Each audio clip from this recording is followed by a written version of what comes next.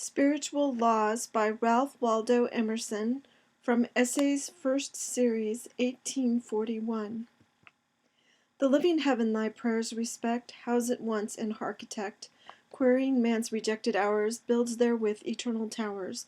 Soul in self-commanded works fears not undermining days, grows by decays, and by the famous might that lurks in reaction and recoil, makes flame to freeze and ice to boil, forging through swart arms of offense the silver seat of innocence. When the act of reflection takes place in the mind, when we look at ourselves in the light of thought, we discover that our life is embosomed in beauty. Behind us, as we go, all things assume pleasing forms, as clouds do far off. Not only things familiar and stale, but even the tragic and terrible, are comely as they take their place in the pictures of memory. The river bank, the weed at the waterside, the old house, the foolish person, however neglected in the passing, have a grace in the past. Even the corpse that has lain in the chambers has added a solemn ornament to the house. The soul will not know either deformity or pain. If, in the hours of clear reason, we should speak the severest truth, we should say that we had never made a sacrifice. In these hours the mind seems so great that nothing can be taken from us that seems much. All loss, all pain is particular. The universe remains to the heart unhurt. Neither vexations nor calamities abate our trust. No man ever stated his griefs as lightly as he might. Allow for exaggeration in the most patient and sorely ridden hack that ever was ridden, for it is only the finite that has wrought and suffered. The infinite lies stretching in smiling repose. The intellectual life may be kept clean and healthful if man will live the life of nature and not import into his mind difficulties which are none of his. No man need be perplexed in his speculations. Let him do and say what strictly belongs to him, and, though very ignorant of books, his nature shall not yield him any intellectual obstructions and doubts. Our young people are diseased with the theological problems of original sin, origin of evil, predestination, and the like. These never presented a practical difficulty to any man, never darkened across any man's road who did not go out of his way to seek them. These are the soul's mumps and measles and whooping coughs, and those who have not caught them cannot describe their health or prescribe the cure. A simple mind will not know these enemies. It is quite another thing that he should be able to give account of his faith, and expound to another the theory of his self-union and freedom. This requires rare gifts. Yet, without this self-knowledge, there may be a sylvan strength and integrity in that which he is. A few strong instincts and a few plain rules suffice us. My will never gave the images in my mind the rank they now take. The regular course of studies, the years of academical and professional education, have not yielded me better facts than some idle books under the bench at the Latin school. What we do not call education is more precious than that which we call so. We form no guess, at the time of receiving a thought, of its comparative value, and education often wastes its effort in attempts to thwart and balk this natural magnetism, which is sure to select what belongs to it. In like manner, our moral nature is vitiated by any interference of our will. People represent virtue as a struggle, and take to themselves great airs upon their attainments, and the question is everywhere vexed, when a noble nature is commended, whether the man is not better who strives with temptation. But there is no merit in the matter. Either God is there, or he is not there. We love characters in proportion as they are impulsive and spontaneous. The less a man thinks or knows about his virtues, the better we like him. Timoleon's victories are the best victories, which ran and flowed like Homer's verses, Plutarch said. When we see a soul whose acts are all regal, graceful, and pleasant as roses, we must thank God that such things can be and are, and not turn sourly on the angel and say, Crump is a better man with his grunting resistance to all his native devils. Not less conspicuous is the preponderance of nature over will in all practical life. There is less intention in history than we ascribe to it. We impute deep-laid, far-seated plans to Caesar and Napoleon, but the best of their power was in nature, not in them. Men of an extraordinary success, in their honest moments, have always sung, not unto us, not unto us. According to the faith of their times, they have built altars to Fortune, or to Destiny, or to St. Julian. Their success lay in their parallelism to the course of thought, which found in them an unobstructed channel, and the wonders of which they were the visible conductors seemed to the eye their deed. Did the wires generate the galvanism? It is even true that there was less in them on which they could reflect than in another, as the virtue of a pipe is to be smooth and hollow. That which externally seemed will and immovableness was willingness and self-annihilation. Could Shakespeare give a theory of Shakespeare? Could ever a man of prodigious mathematical genius convey to others any insight into his methods? If he could communicate that secret, it would instantly lose its exaggerated value, blending with the daylight and the vital energy, the power to stand and to go.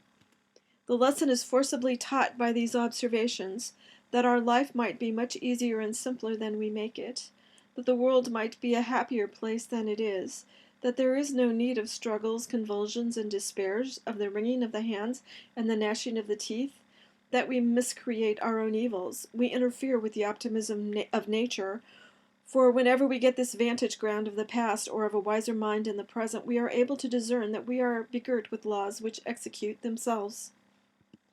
The face of external nature teaches the same lesson. Nature will not have us fret and fume.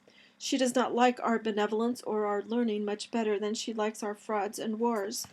When we come out of the caucus, or the bank, or the abolition convention, or the temperance meeting, or the transcendental club, into the fields and woods, she says to us, "So hot, my little sir?"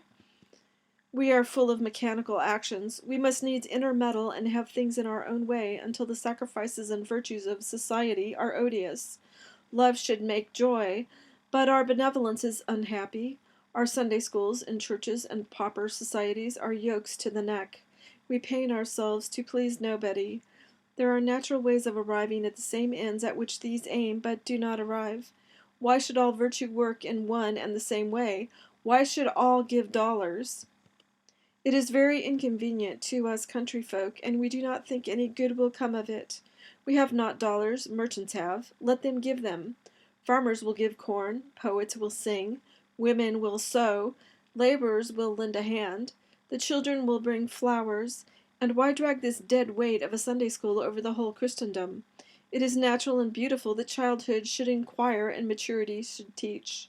But it is time enough to answer questions when they are asked. Do not shut up the young people against their will in a pew, and force the children to ask them questions for an hour against their will. If we look wider, things are all alike. Laws and letters and creeds and modes of living seem a travesty of truth. Our society is encumbered by ponderous machinery, which resembles the endless aqueducts which the Romans built over hill and dale, and which are superseded by the discovery of the law that water rises to the level of its source. It is a Chinese wall which any nimble Tartar can leap over. It is a standing army, not so good as a peace. It is a graduated, titled, richly appointed empire, quite superfluous when town meetings are found to answer just as well. Let us draw a lesson from nature, which always works by short ways. When the fruit is ripe, it falls. When the fruit is dispatched, the leaf falls. The circuit of the waters is mere falling. The walking of man and all animals is a falling forward. All our manual labor and works of strength, as prying, splitting, digging, rowing, and so forth, are done by dint of continual falling, and the globe, earth, moon, comet, sun, star, fall forever and ever. The simplicity of the universe is very different from the simplicity of a machine. He who sees moral nature out and out, and thoroughly knows how knowledge is acquired and character formed, is a pedant. The simplicity of nature is not that which may be easily be read, but is inexhaustible. The last analysis can nowise be made. We judge of a man's wisdom by his hope, knowing that the perception of the inexhaustibleness of nature is an immortal youth. The wild fertility of nature is felt in comparing our rigid names and reputations with our fluid consciousness. We pass in the world for sects and schools, for erudition and piety, and we are all the time jejune babes. One sees very well how Pyrrhonism grew up. Every man sees that he is that middle point whereof everything may be affirmed and denied with equal reason. He is old, he is young, he is very wise, he is altogether ignorant. He hears and feels what you say of the seraphim and of the tin peddler. There is no permanent wise man, except in the figment of the Stoics. We side with the hero as we read or paint, against the coward and the robber.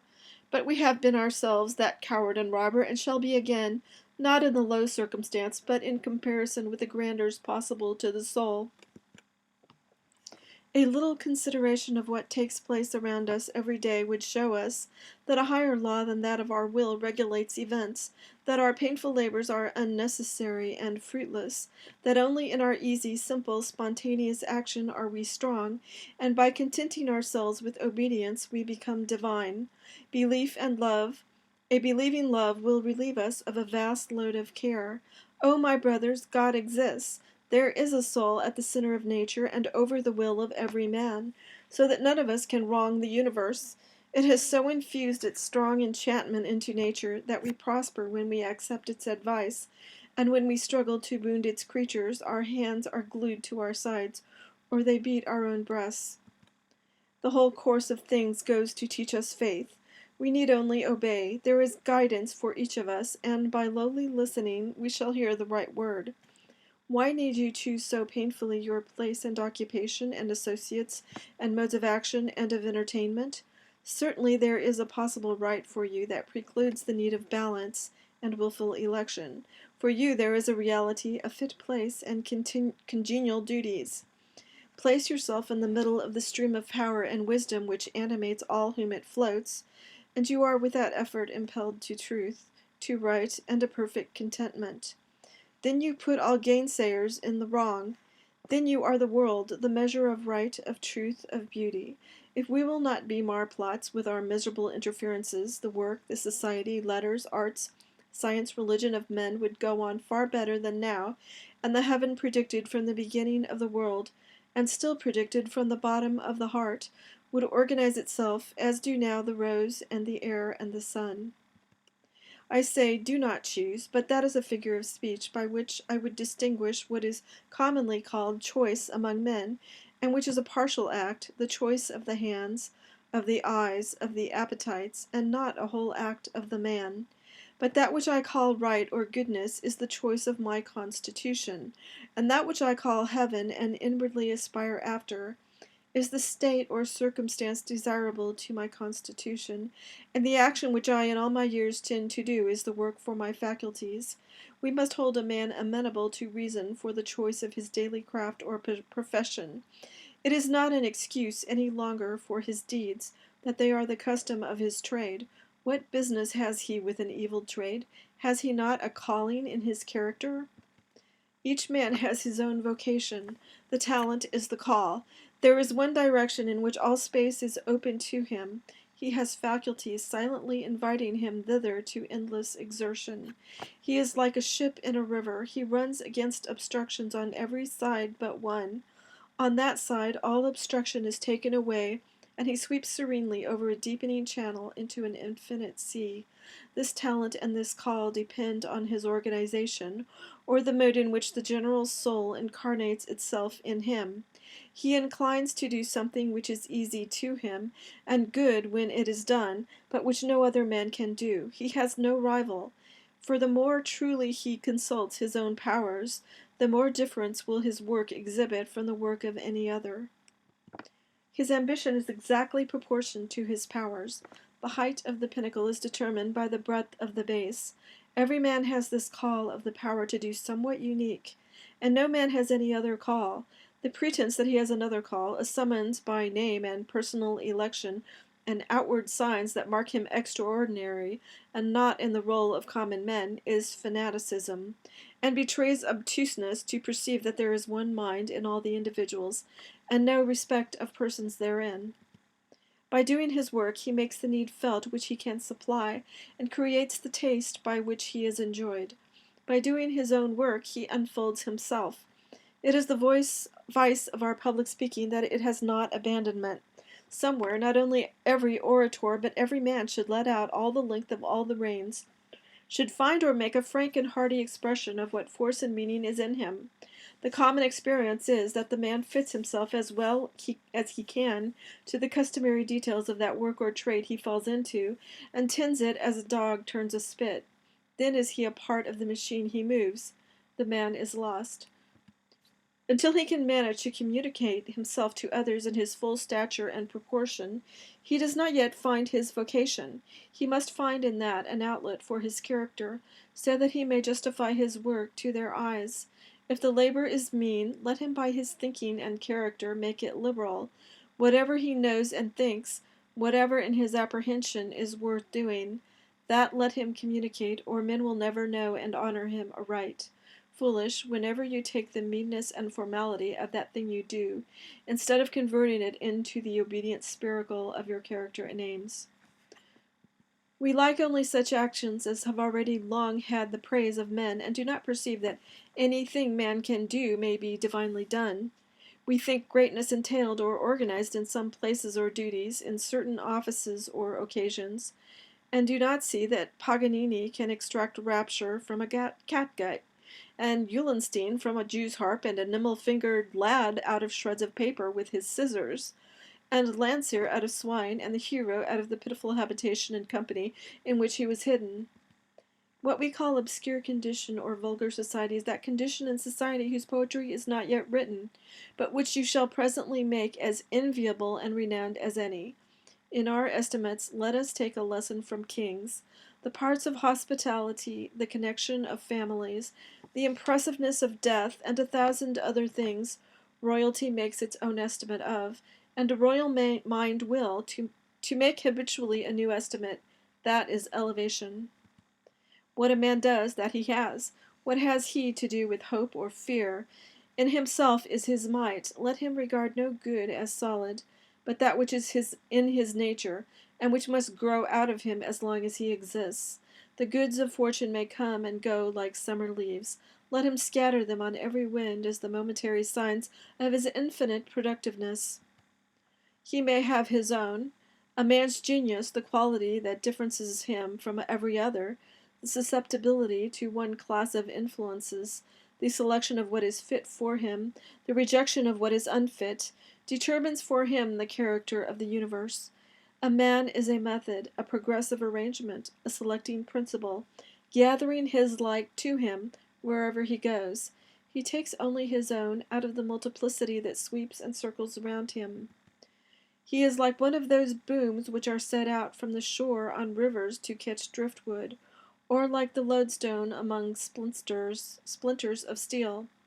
Those facts, words, persons which dwell in his memory without his being able to say why, remain because they have a relation to him not less real for being as yet unapprehended. They are symbols of value to him, as they can interpret parts of his consciousness which he would vainly seek words for in the conventional images of books and other minds. What attracts my attention shall have it, as I will go to the man who knocks at my door, whilst 1,000 persons as worthy go by it to whom I give no regard. It is enough that these particulars speak to me.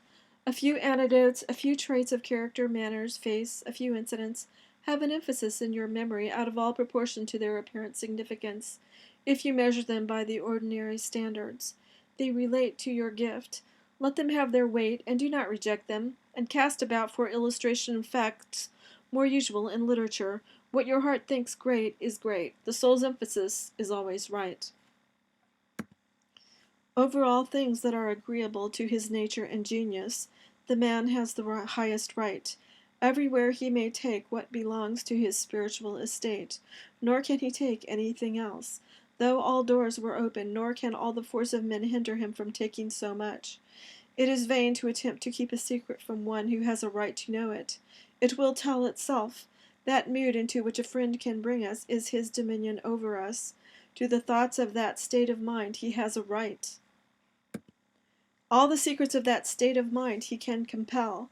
This is a law which statesmen use in practice. All the terrors of the French Republic, which held Austria in awe, were unable to command her diplomacy, but Napoleon sent to Vienna de Narbonne, one of the old noblesse, with the morals, manners, and name that interest of that interest, saying that it was indispensable to send to the old aristocracy of Europe men of the same connection, which, in fact, constitutes a sort of Freemasonry. M. de Narbonne in less than a fortnight penetrated all the secrets of the imperial cabinet. Nothing seems so easy as to speak and to be understood, yet a man may come to find that the strongest of defenses and of ties, that he has been understood, and he who has received an opinion may come to find it the most inconvenient of bonds. If a teacher have any opinion which he wishes to conceal, his pupils will become as fully indoctrinated into that as into any which he publishes. If you pour water into a vessel twisted into coils and angles, it is vain to say, I will pour it only into this or that. It will find its level in all. Men feel and act the consequences of your doctrine, without being able to show how they follow. Show us an arc of the curve, and a good mathematician will find out the whole figure. We are always reasoning from the seen to the unseen.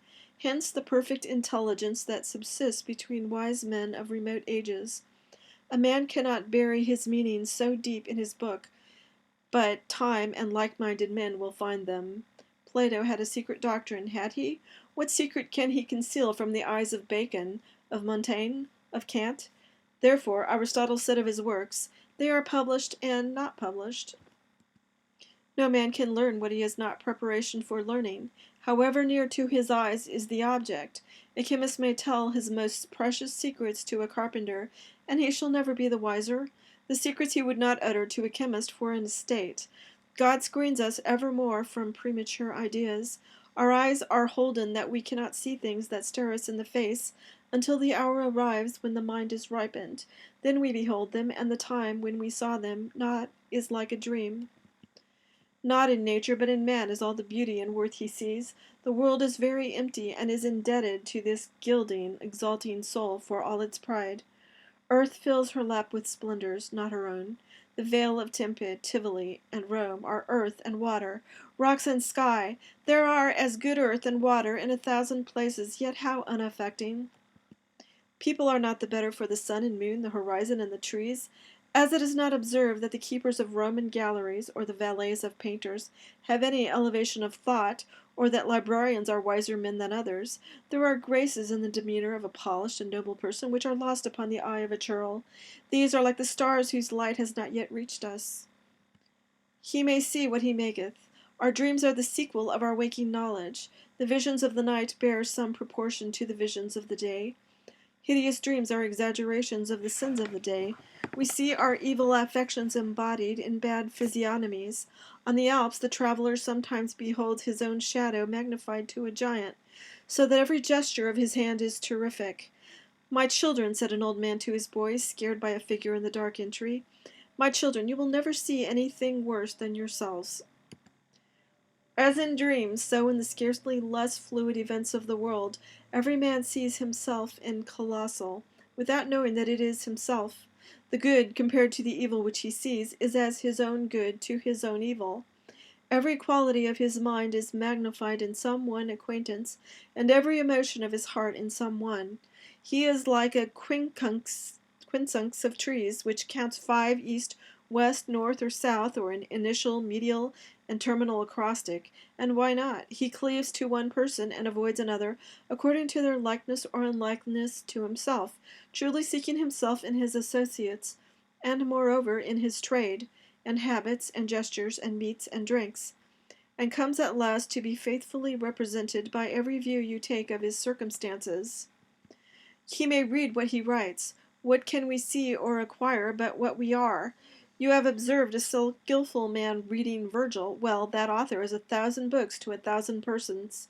Take the book into your 2 hands and read your eyes out. You will never find what I find. If any ingenious reader would have a monopoly of the wisdom or delight he gets, he is as secure now the book is Englished as if it were imprisoned in the Pelu's tongue. It is with a good book as it is with good company. Introduce a base person among gentlemen, it is all to no purpose. He is not their fellow. Every society protects itself. The company is perfectly safe, and he is not one of them, though his body is in the room. What avails it to fight with the eternal laws of mind which adjust the relation of all persons to each other by the mathematical measure of their havings and beings? Gertrude is enamored of Guy. How high, how aristocratic, how Roman his mien and manners! To live with him were life indeed, and no purchase is too great, and heaven and earth are moved to that end. Well, Gertrude has Guy, but what now avails how high, how aristocratic, how Roman his mien and manners, if his heart and aims are in the Senate, in the theatre, and in the billiard room, and she has no aims, no conversation that can enchant her graceful lord? He shall have his own society. We can love nothing but nature. The most wonderful talents, the most meritorious exertions really avail very little with us, but nearness or likeness of nature. How beautiful is the ease of its victory!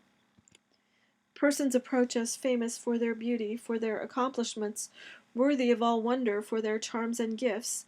They dedicate their whole skill to the hour and the company with very imperfect result. To be sure, it would be ungrateful in us not to praise them loudly. Then, when all is done, a person of related mind, a brother or sister by nature, comes to us so softly and easily, so nearly and intimately, as if it were the blood in our proper veins, that we feel as if someone was gone, instead of another having come. We are utterly relieved and refreshed. It is a sort of joyful solitude.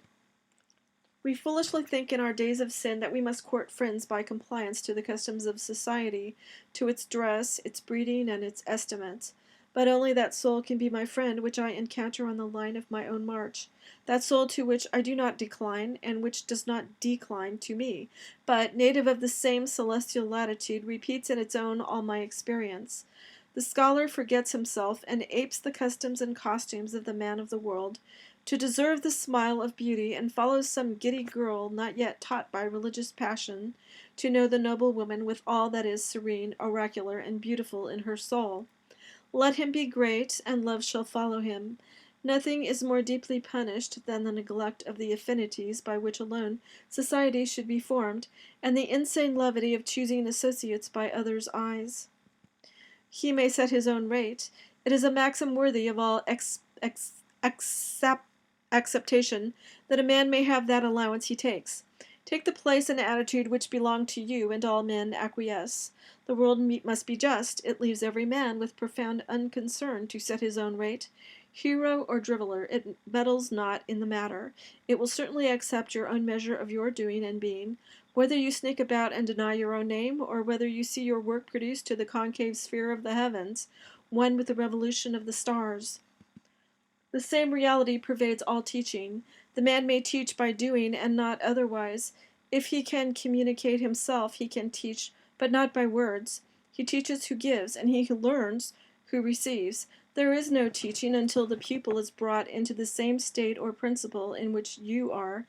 A transfusion takes place. He is you, and you are he. Then is a teaching, and by no unfriendly chance or bad company can he ever quite lose the benefit.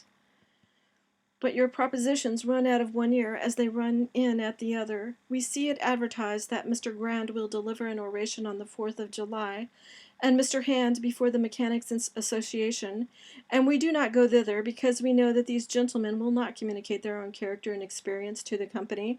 If we had reason to expect such a confidence, we should go through all inconvenience and opposition. The sick would be carried in litters. But a public oration is an escapade, a non-committal, an apology, a gag, and not a communication, not a speech, not a man. A like nemesis presides over all intellectual works. We have yet to learn that the thing uttered in words is not therefore affirmed. It must affirm itself, or no forms of logic or of oath can give it its evidence. The sentence must also contain its own apology for being spoken. The effect of any writing on the public mind is mathematically measurable by its depth of thought. How much water does it draw? If it awaken you to think, if it lift you from your feet with the great voice of eloquence, then the effect is to be wide, slow, permanent, over the minds of men. If the pages instruct you not, they will die like flies in the hour. The way to speak and write what shall not go out of fashion is, to speak and write sincerely. The argument which has not power to reach my own practice, I may well doubt, will fail to reach yours. But take Sidney's maxim, look in thy heart and write. He that writes to himself writes to an eternal public. That statement only is fit to be made public, which you have come at in attempting to satisfy your own curiosity. The writer who takes his subject from his ear and not from his heart should know that he has lost as much as he seems to have gained. And when the empty book has gathered all its praise, and half the people say, "What poetry, what genius!" it still needs fuel to make fire. That only profits which is profitable. Life alone can impart life, and though we should burst, we can only be valued as we make ourselves valuable. There is no luck in literary reputation. They who make up the final verdict upon every book are not the partial and noisy readers of the hour when it appears, but a court as of angels, a public not to be bribed, not to be entreated, and not to be overawed, decides upon every man's title to fame. Only those books come down which deserve to last. Gilt edges, vellum and morocco, and presentation copies to all the libraries will not preserve a book in circulation beyond its intrinsic date. It must go with all Walpole's noble and royal authors to its fate. Blackmore, Kotzebue, or Pollack may endure for a night, but Moses and Homer stand forever. There are not in the world at any one time more than a dozen persons who read and understand Plato, never enough to pay for an edition of his works. Yet to every generation these come duly down, for the sake of those few persons, as if God brought them in his hand. No book, said Bentley, was ever written down by any but itself.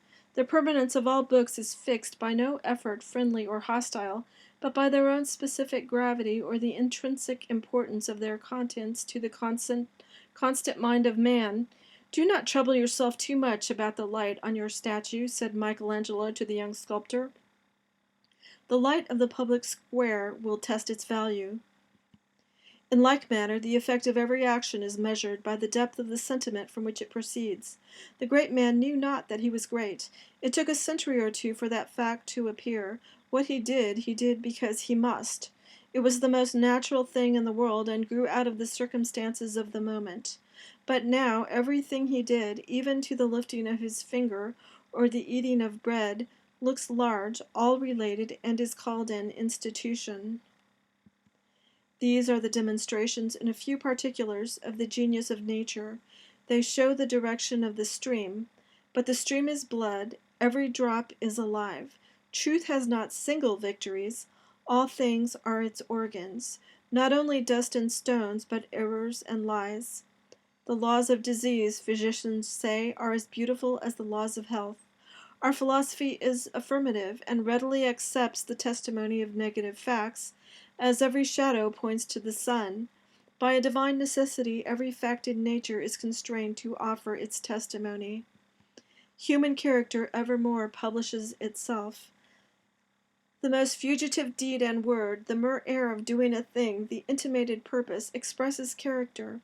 If you act, you show character. If you sit still, if you sleep, you show it. You think, because you have spoken nothing when others spoke, and have given no opinion on the times, on the church, on slavery, on marriage, on socialism, on secret societies, on the college, on parties and persons, that your verdict is still expected with curiosity as a reserved wisdom. Far otherwise. Your silence answers very loud.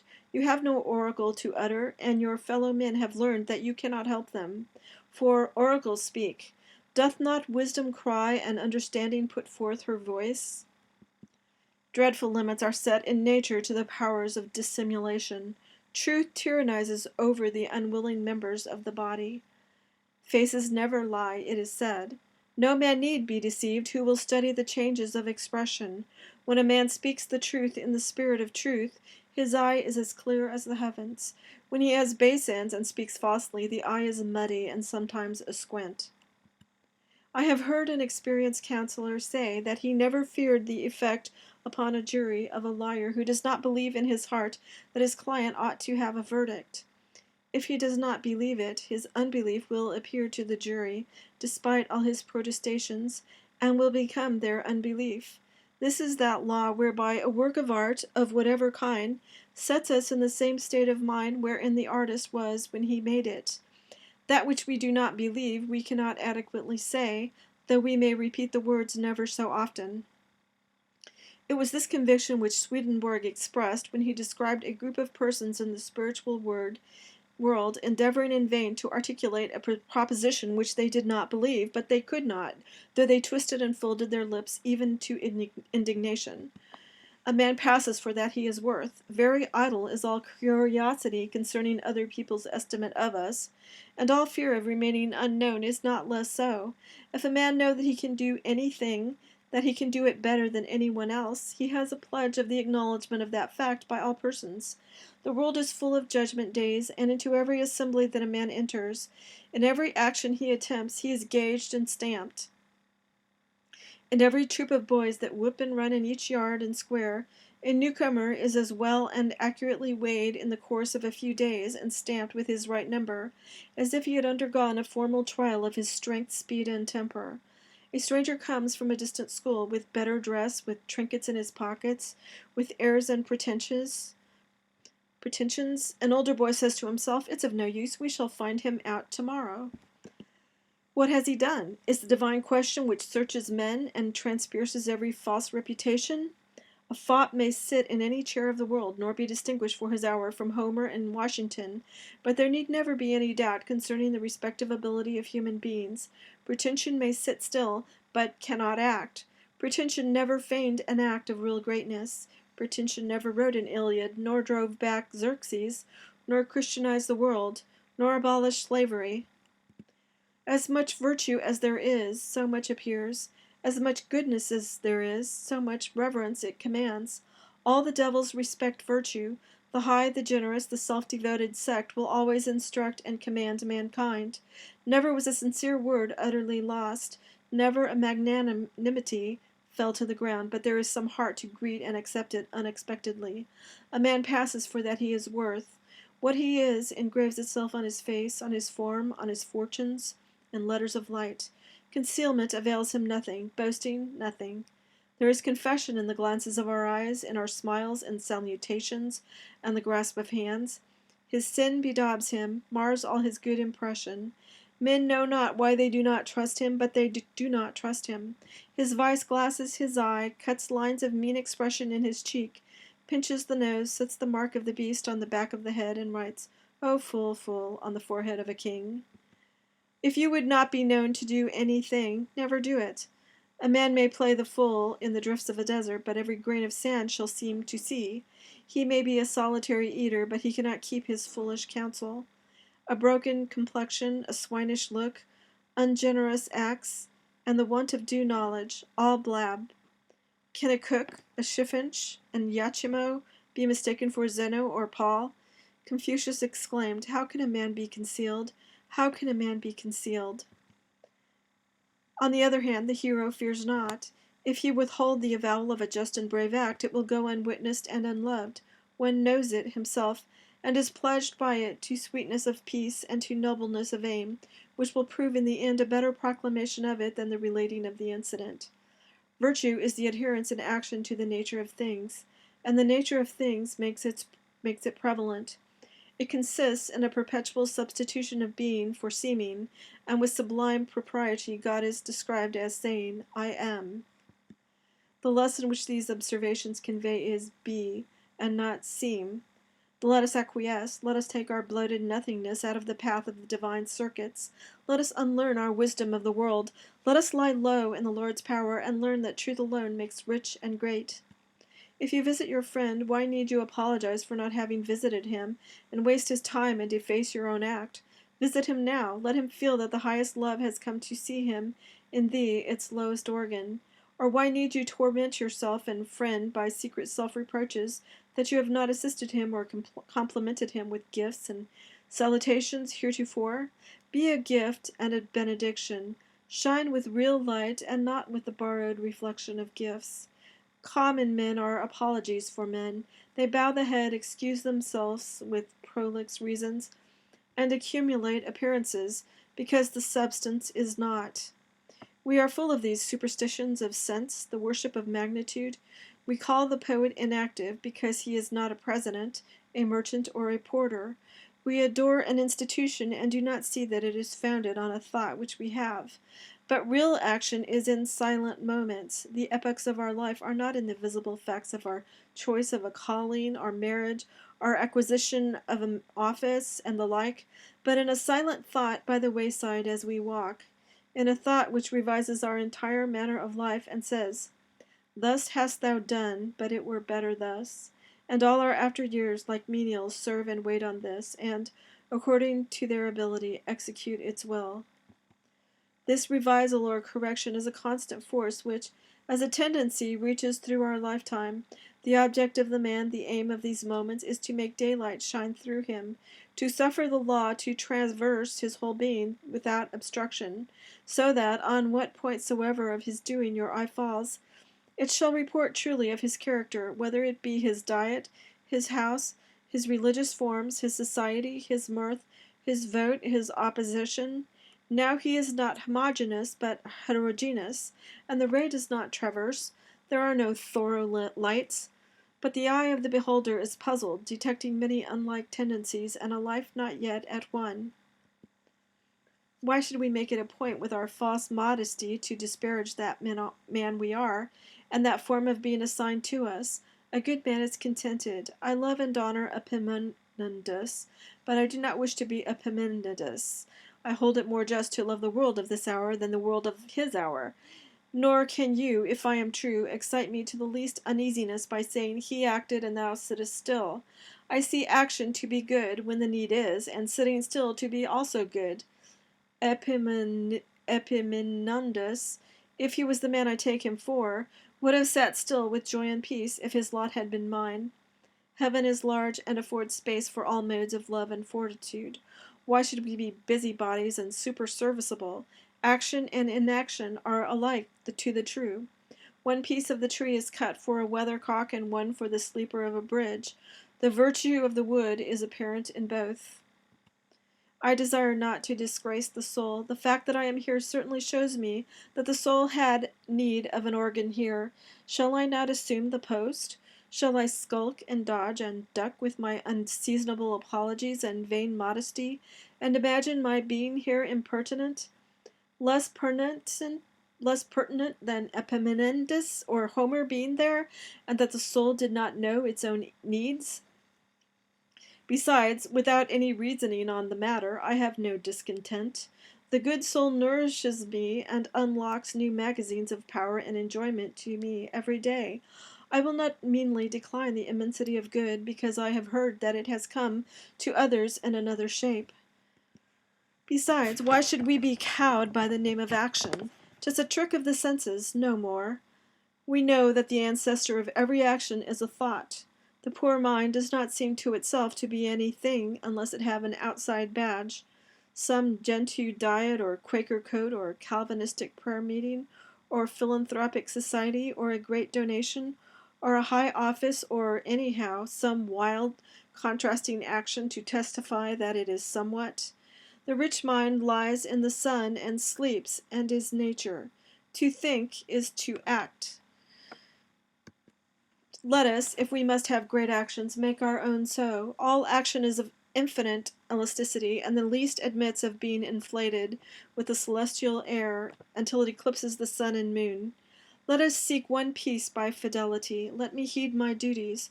Why need I go gadding into the scenes of philosophy and of Greek and Italian history before I have justified myself to my benefactors? How dare I read Washington's campaigns when I have not answered the letters of my own correspondents? Is not that a just objection to much of our reading? It is a pusillanimous desertion of our work to gaze after our neighbors. It is peeping. Byron says of Jack Bunting, "He knew not what to say, and so he swore." I may say it of our preposterous use of books. He knew not what to do, and so he read. I can think of nothing to fill my time with, and I find the life of Brant. It is a very extravagant compliment to pay to Brant, or to General Schuyler, or to General Washington. My time should be as good as their time, my facts, my native relations, as good as theirs, or either of theirs. Rather let me do my work so well that other idlers, if they choose, may compare my texture with the texture of these, and find it identical with the best. This overestimate of the possibilities of Paul and Pericles, this underestimate of our own, comes from a neglect of the fact of an identical nature. Bonaparte knew but one merit, and rewarded in one and the same way the good soldier, the good astronomer, the good poet, the good player. The poet uses the name of Caesar, of Tamerlane, of Bonduca, of Belisarius. The painter uses the conventional story of the Virgin Mary, of Paul, of Peter. He does not, therefore, defer to the nature of these accidental men, of these stock heroes. If the poet write a true drama, then he is Caesar and not the player of Caesar. Then the selfsame strain of thought, emotion, as pure wit as subtle, motions as swift, mounting, extravagant, and a heart as great, self-sufficing, dauntless, which on the waves of its love and hope can uplift all that is reckoned solid and precious in the world, palaces, gardens, money, navies, kingdoms, marking its own incomparable worth by the slight it casts on these gods of men, these are all his, and by the power of these he rouses the nations. Let a man believe in God, and not in names and places and persons. Let the great soul incarnated in some woman's form, poor and sad and single, in some Dolly or Joan, go out to service, and sweep chambers and scour floors, and its effulgent daybeams cannot be muffled or hid, but to sweep and scour will instantly appear supreme and beautiful actions, the top and radiance of human life. And all people will get mops and brooms, until, lo, suddenly the great soul has enshrined itself in some other form, and done some other deed, and that is now the flower and head of all living nature. We are the photometers, we the irritable golden leaf and tinfoil that measure the accumulations of the subtle element. We know the authentic effects of the true fire through every one of its million disguises.